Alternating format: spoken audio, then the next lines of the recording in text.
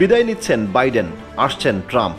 আমেরিকার রাষ্ট্র ক্ষমতায় পালাবদলের এই তোড়জোড়ের মধ্যেই ভারতে বৈঠকে বসছেন অজিত দোভাল ও মার্কিন জাতীয় নিরাপত্তা উপদেষ্টা জ্যাক সুলিভান, যেখানে দুই দেশের পারস্পরিক এজেন্ডার বাইরে আলোচনার কেন্দ্রে বাংলাদেশ ও আফগানিস্তান।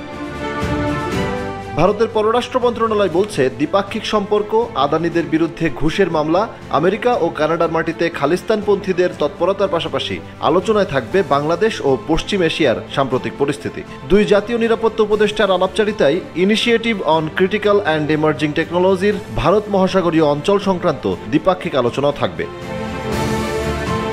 আমেরিকার প্রেসিডেন্ট হিসেবে ডোনাল্ড ট্রাম্পের প্রত্যাবর্তনে ভারত যুক্তরাষ্ট্র সম্পর্ক এবং বাংলাদেশ নিয়ে মার্কিন নীতি কেমন হবে তা জানতে এই সফর অত্যন্ত গুরুত্বপূর্ণ। কূটনৈতিক মহলের অনেকে মনে করেন, ডেমোক্র্যাট ঘনিষ্ঠ বাংলাদেশের অন্তর্বর্তী সরকারের প্রধান উপদেষ্টা মোহাম্মদ ইউনুস চাপে পড়েছেন ট্রাম্প ফিরে আসায়। সেপ্টেম্বরে মোহাম্মদ ইউনুস আমেরিকা সফরে গিয়ে বারাক ওবামা, বিল ক্লিন্টন সহ ডেমোক্র্যাট নেতাদের সঙ্গে দেখা করলেও ট্রাম্প বা কোনো রিপাবলিকানের সঙ্গে সাক্ষাৎ করেননি, কারণ সম্পর্ক মধুর নয়। এমন প্রেক্ষাপটে মার্কিন নীতি আর ভারতের সঙ্গে যুক্তরাষ্ট্রের সম্পর্কের গতি প্রকৃতির ওপর বাংলাদেশের রাজনৈতিক স্থিতিশীলতা অনেকটা নির্ভর করছে বলেও মনে করেন আন্তর্জাতিক সম্পর্ক বিশ্লেষকদের অনেকে।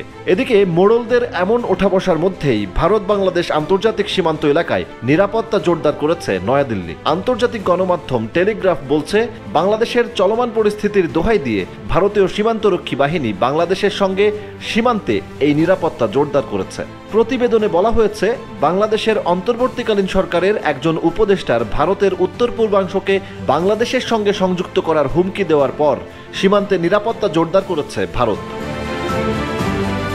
টেলিগ্রাফ বলছে, ভারতের সীমান্তরক্ষী বাহিনী গঙ্গা, ব্রহ্মপুত্র এবং সুন্দরবন সহ বাংলাদেশের সঙ্গে ভারতের সীমান্ত অতিক্রমকারী নদীগুলোতে নতুন ভাসমান সীমান্ত চৌকি তৈরি করেছে। বিএসএফ বলছে, পানিপথ সবসময় ঝুঁকিপূর্ণ, আর এ কারণেই সীমান্ত চৌকি বসিয়ে 24 ঘন্টা কড়া নজরদারি রাখতে চায় ভারত।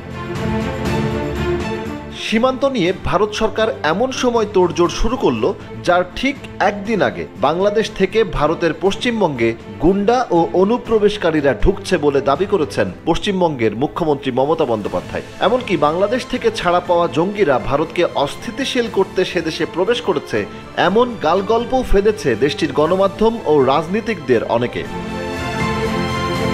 শেখ হাসিনার পতনের পর থেকে এমনিতেই ভালো যাচ্ছে না বাংলাদেশ ভারত সম্পর্ক। এই সময়ে ভারতের দাদাগিরি রুখতে দেশটির চিরশত্রু পাকিস্তানের বেশ কাছেও ঘেঁষেছে বাংলাদেশের অন্তর্বর্তী সরকার। এমনকি বাংলাদেশেও বেশ চর্চায় ভারত বিরোধী মতামত। আলোচনার খোরাক যোগাচ্ছে বাংলাদেশের বিমান ঘাঁটি কিংবা তুরস্ক ও পাকিস্তান থেকে বাংলাদেশের সামরিক সরঞ্জাম ক্রয়ের বিষয়টিও। ঠিক তখন সীমান্ত ঘিরে এই উত্তেজনা আর যুক্তরাষ্ট্রের সরকার পরিবর্তনে দিল্লি ওয়াশিংটন সম্পর্ক বাংলাদেশকেও যে প্রভাবিত করবে, এ কথা বলাই যায়।